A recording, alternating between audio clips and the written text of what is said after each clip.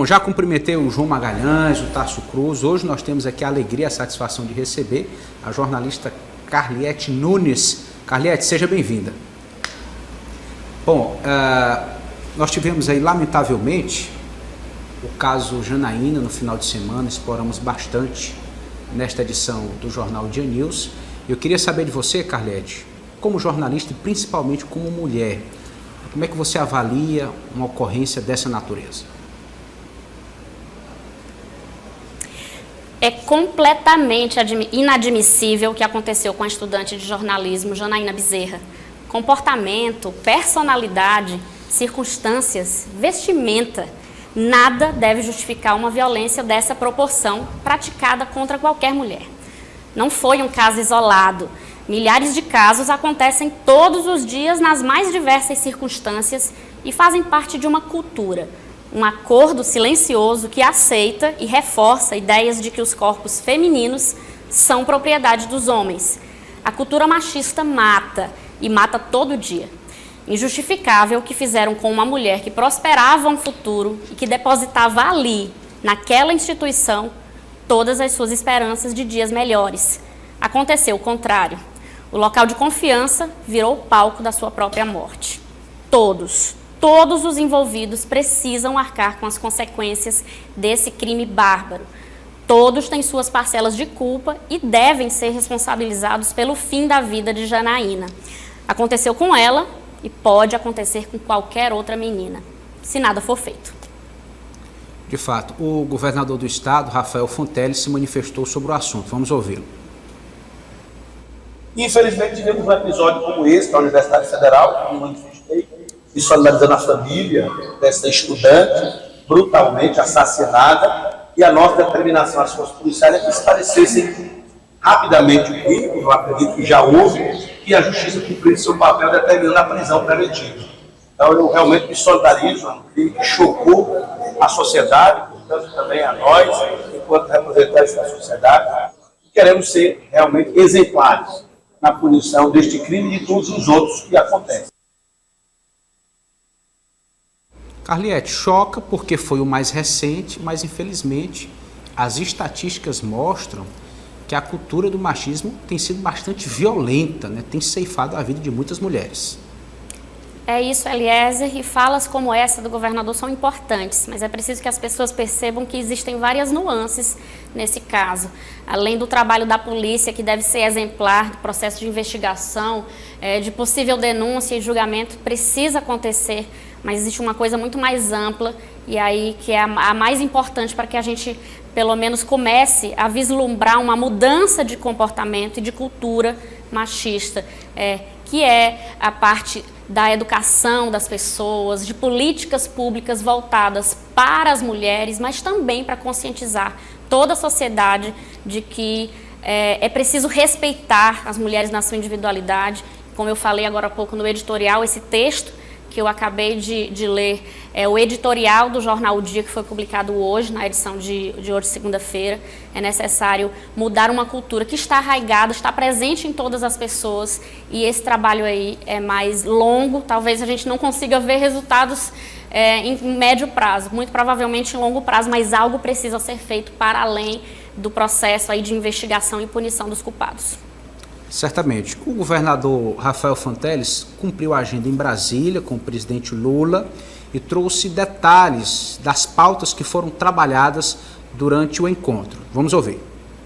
Que os 9 governadores do Nordeste pactuaram foram a conclusão da Transnordestina, também a conclusão das obras de transposição do Rio São Francisco e o reforço nas subestações e linhas de transmissão para possibilitar crescente avanço da produção de energia solar e eólica no Nordeste.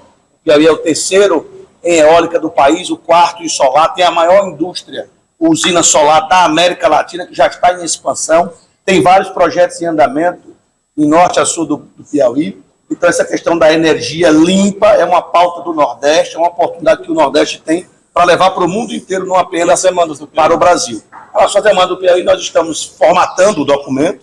Eu vou apresentar isso para a bancada, para a sociedade piauiense, mas envolve infraestrutura hídrica, completar barragens, adutoras, para garantir ainda, principalmente na região sudeste do Piauí, o acesso à água, o intermodal do Vale do Rio Parnaíba, que é conectar o Cerrado ao Porto de Luiz Correia. Isso a gente vai falar aqui hoje para os industriais, como vamos falar para a bancada estadual, bancada federal, na próxima semana.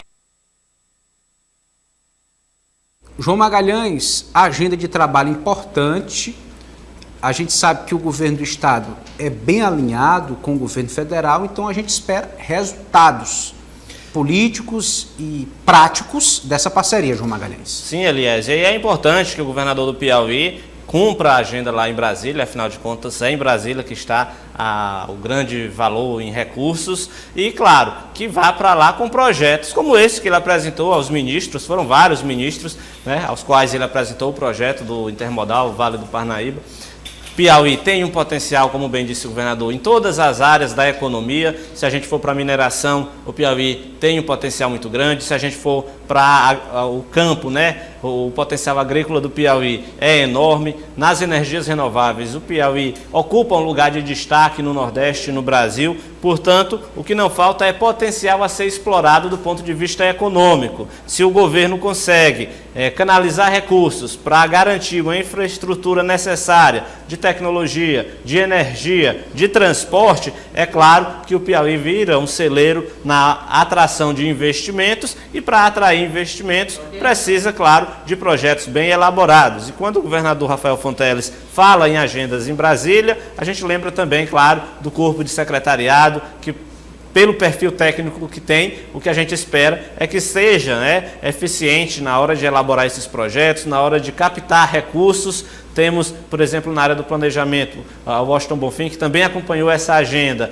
Ninguém pode negar que é um político acostumado a captar recursos para essas áreas que precisam de investimentos no Piauí. Enfim, é um governo que inicia, do ponto de vista da gestão, bastante, enunciando um tom bastante positivo, já que tem demonstrado uma capacidade de pensar grande, que eu acho que é isso que o Piauí está precisando. A gente precisa, do ponto de vista da economia, atrair investimentos, gerar emprego e renda, e essa agenda que o Rafael Fonteles teve na semana passada em Brasília, casou exatamente com a que ele teve hoje pela manhã lá na FIEP, já que dialogou com empresários, com industriais, um segmento que vai certamente ser beneficiado com a atração de investimentos, esses investimentos que Rafael Fonteles busca em Brasília. Muito bem. O deputado federal Júlio César, do PSD, falou sobre a volta dos trabalhos no Congresso Nacional, eleição para a mesa e a possibilidade de assumir a vice-presidência da Câmara. Confira aí. Expectativa muito grande, há uma disputa, principalmente no Senado. O nosso Rodrigo Pacheco está muito bem posicionado, articulado, com o apoio da maioria.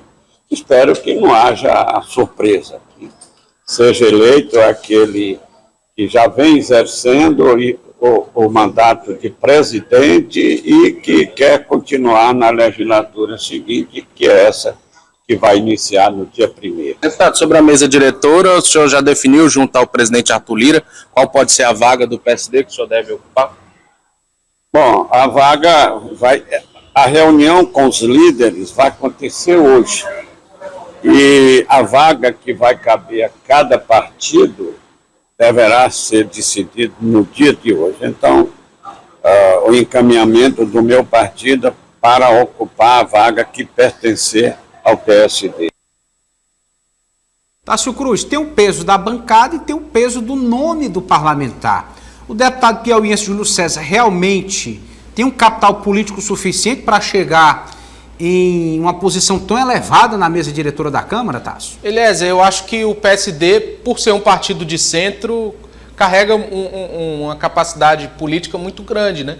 E por isso o parlamentar, com essa posição vantajosa, podemos dizer assim, na eleição da mesa diretora.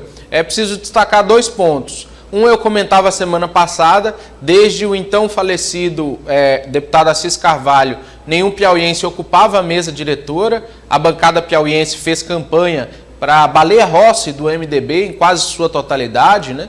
E por isso não ocupou espaços na antiga gestão de Arthur Lira. E a segunda é a capacidade de diálogo e de tráfego que o deputado Júlio César tem, por isso essa posição sendo concedida. Ainda não se definiu, como ele disse, mas pelo que eu apurei, duas cadeiras são pleiteadas, a de vice-presidente ou a de primeiro secretário para o PSD. Aí, Elias, a gente vê bem claro o PSD, de certa forma, assumindo um protagonismo junto ao Centrão, que outrora o Progressistas ocupava, né, com a força de Ciro Nogueira junto a Bolsonaro. Então o PSD também começa a ocupar esse espaço do Centrão e esse protagonismo.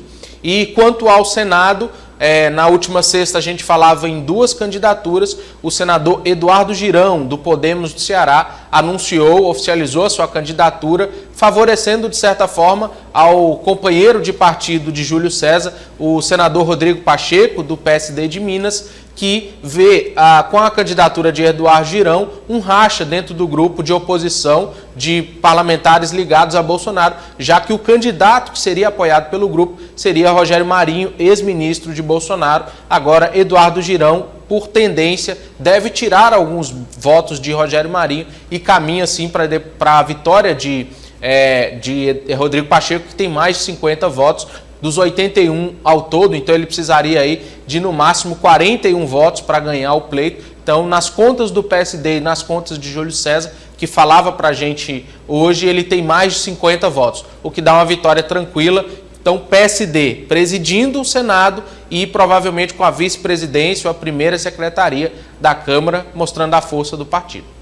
Muito bem, o deputado Júlio César também falou sobre o processo de novas filiações de prefeitos ao partido aqui no Piauí. Acompanhe. Em torno de 15 nomes de prefeitos que estão conversando e articulando conosco, muita vontade de vir.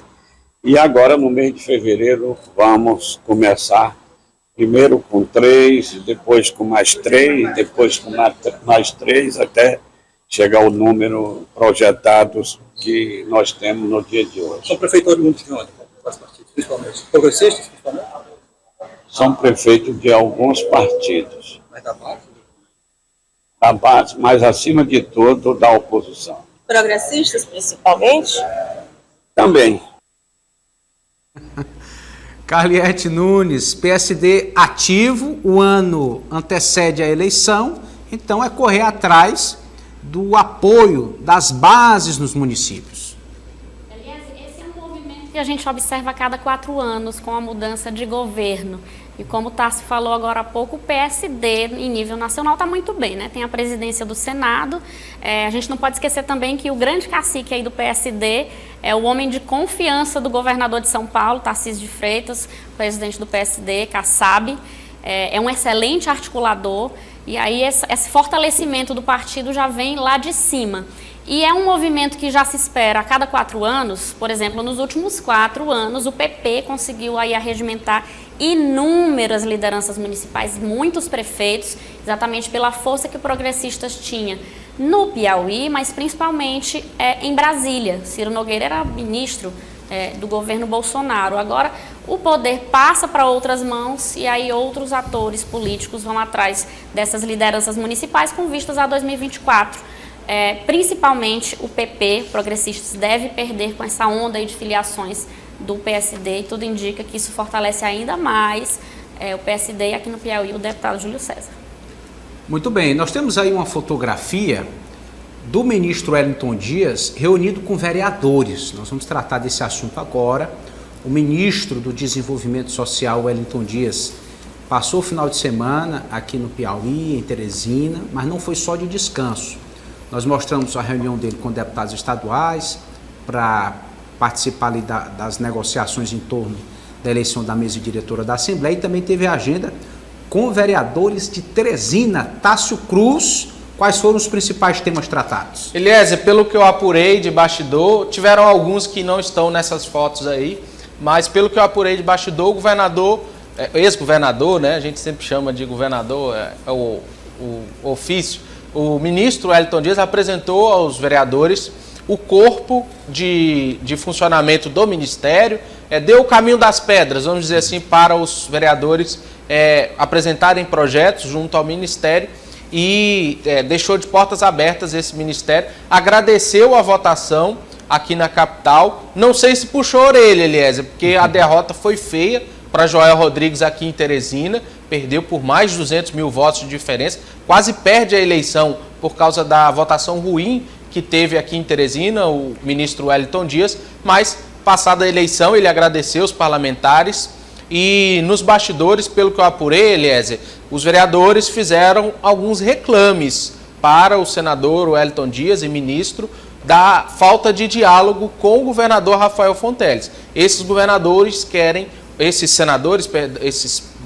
querem uma conversa melhor com o Rafael Fonteles, que até hoje não teve uma reunião com o grupo, né? Que foi, se para o Wellington Dias a diferença foi acachapante, para Rafael Fonteles foi bem pequena. Esses vereadores tiveram um papel importante para reduzir essa diferença para Silvio Mendes aqui na capital. Então, pelo que eu apurei, esses parlamentares de Teresina cobraram uma proximidade, um diálogo com Fonteles nesta reunião que ocorreu no sítio do avô do vereador Venâncio. Então, um lugar amigo, né? Um lugar sem atrito, né? Mas mostra, sim, a força do PT, já de olho também em 2024. A gente sempre falou aqui, o Karnak deve ter, o Palácio de Karnak, o grupo político, deve ter um candidato à Prefeitura de Teresina competitivo, e eu acho que essa foto aí fala tudo, né, Eliezer? Até mesmo Leonardo Eulálio, que é do PL de Bolsonaro, participando da reunião, então, mostrando a capacidade de aglutinar do senador Wellington Dias, que deve sim ser importante para 2024.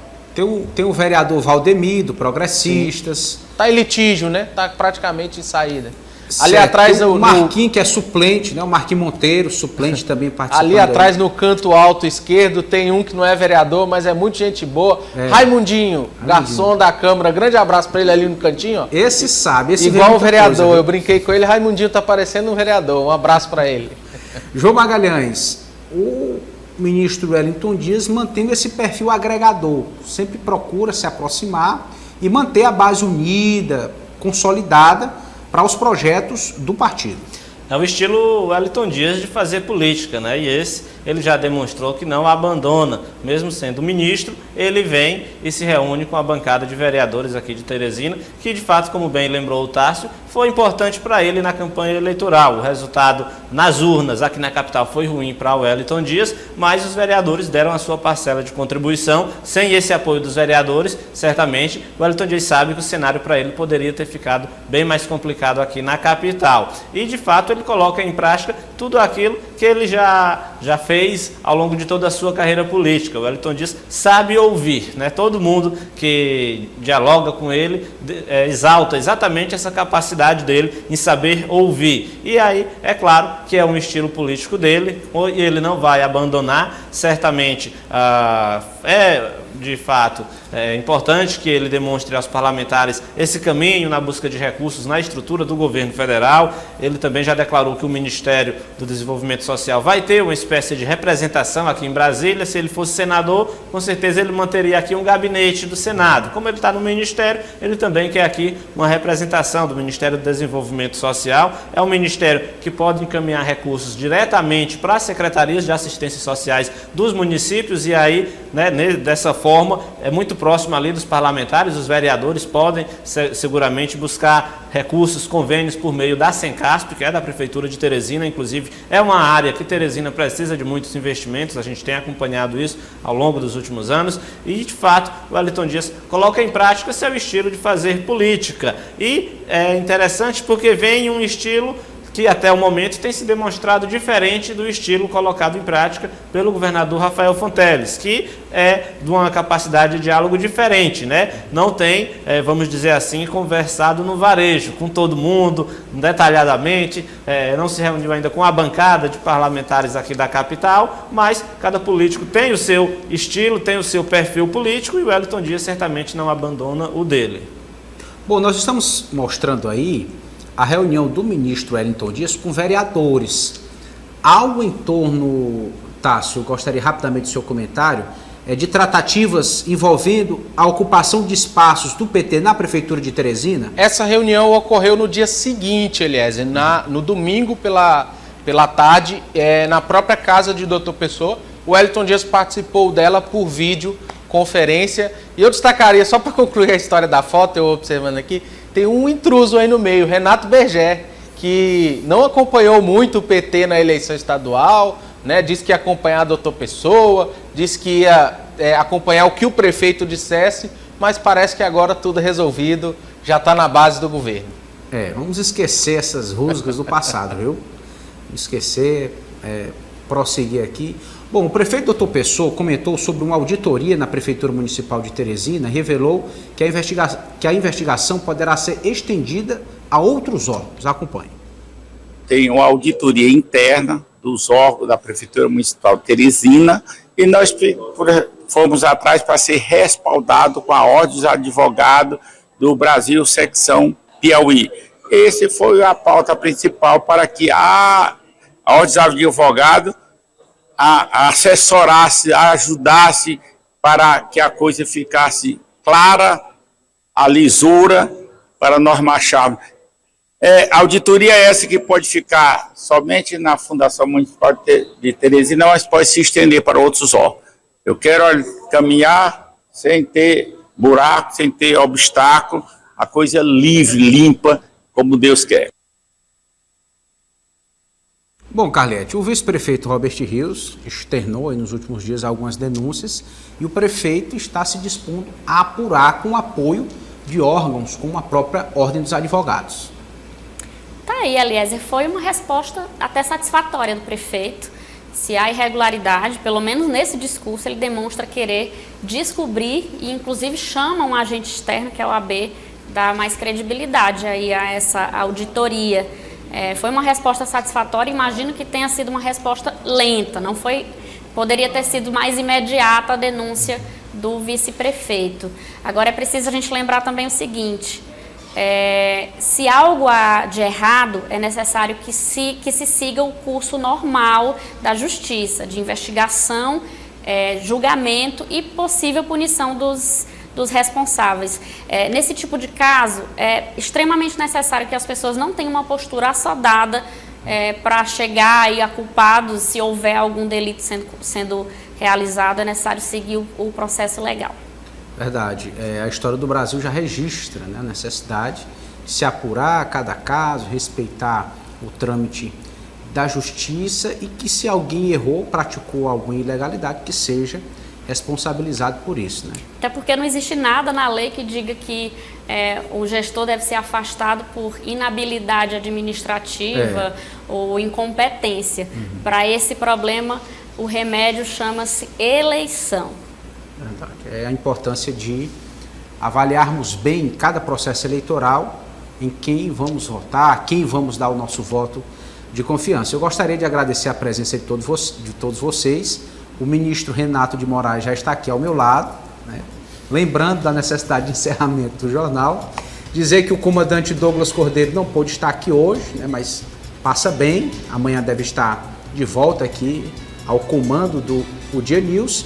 E por falar em comando, amanhã a partir das 6 horas da manhã na FM O Dia tem comando geral, a partir das 7 também pela O Dia TV, as primeiras e principais informações do dia. Carliete, muito obrigado pela presença. João Magalhães, Tássio Cruz, ótima tarde a todos. Obrigado pela sua companhia, a você que nos deu essa valorosa audiência. Ótima segunda-feira e até amanhã.